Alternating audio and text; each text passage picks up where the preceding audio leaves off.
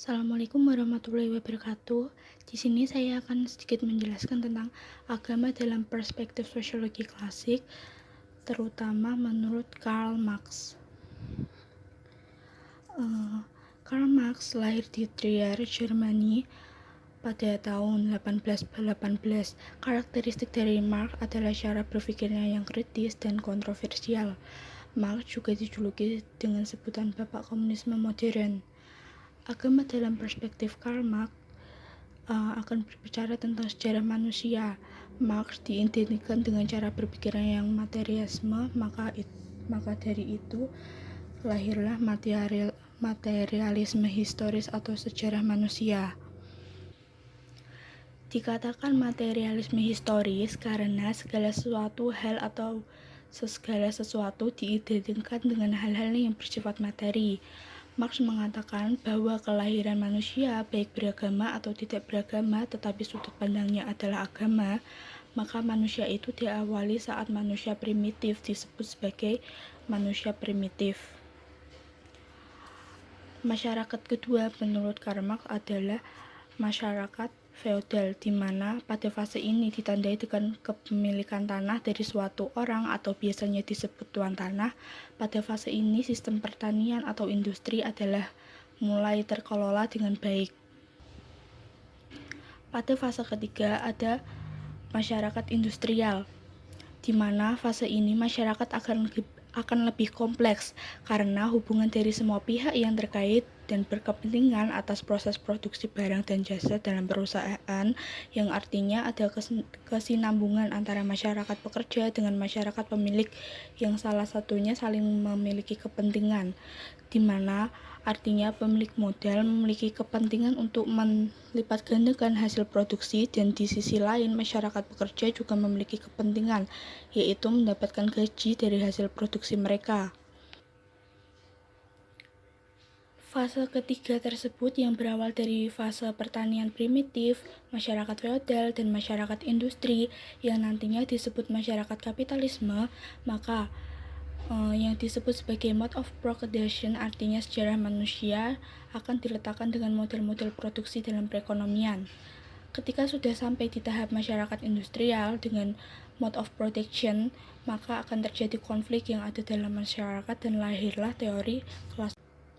Dalam kelas sosial ini, Marx lebih melihat bagaimana karakteristik dari dua tipe pekerja sosial, yaitu borjuis dan proletar.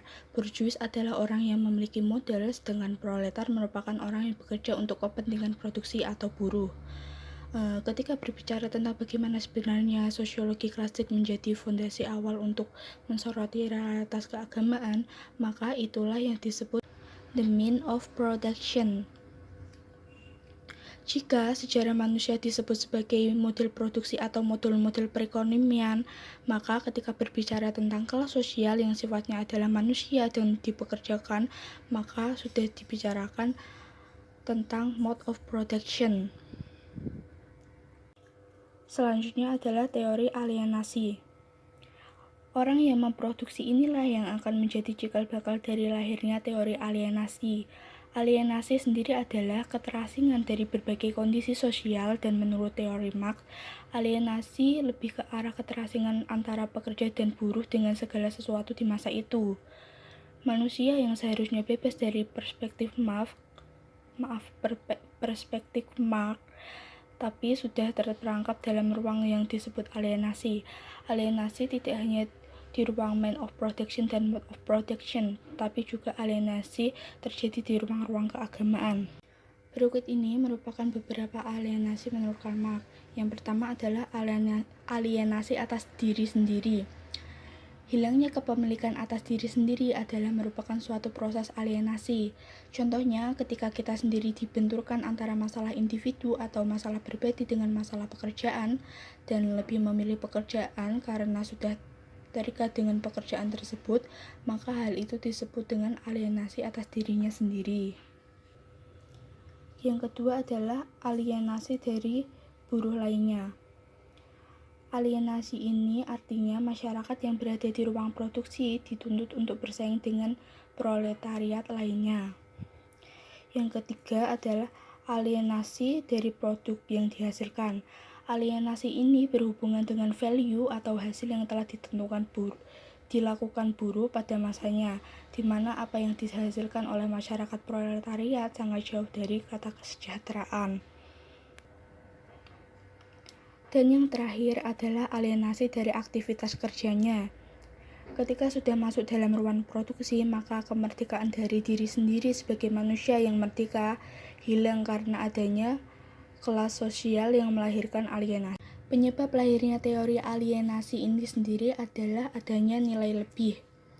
Nilai lebih adalah di mana buruh hanyalah sebagai komoditas ataupun sumber tenaga kerja yang diperdagangkan. Setelah alienasi ini lahir dan yang dikritik adalah nilai lebih, maka masyarakat mulai ragu akan kebenaran apa yang dijanjikan oleh masyarakat industrial pada masa itu, sehingga lahirlah teori kapitalisme.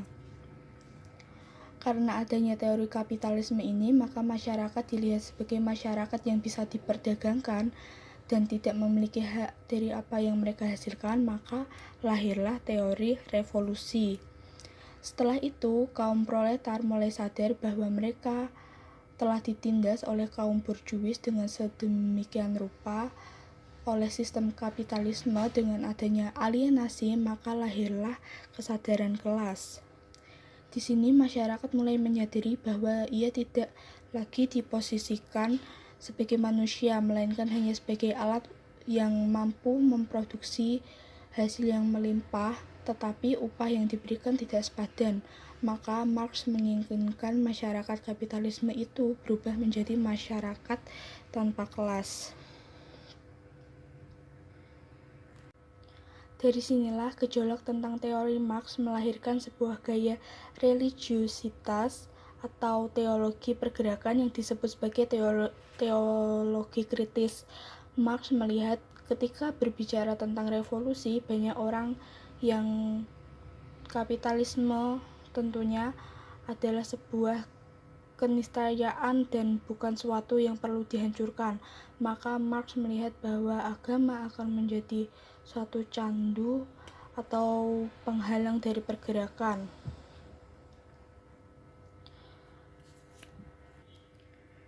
Namun di sisi lain, Marx juga melihat agama menjadi spirit perjuangan, di mana saat memposisikan agama sebagai alat untuk masyarakat yang tidak lagi berpikir tentang sebuah keduniaan, di mana artinya penolakan Marx tentang agama itu sebenarnya masuk dalam ruang revolusi, bukan meniadakan agama sehingga disalahartikan dan agama sebagai candu. Menurut Marx itu sendiri adalah lebih kepada paradigma sekularitas, yang artinya kita harus membedakan di mana posisi kita berjuang dan di mana posisi kita beragama. Saya rasa cukup dari saya, kurang lebihnya saya mohon maaf. Wassalamualaikum warahmatullahi wabarakatuh.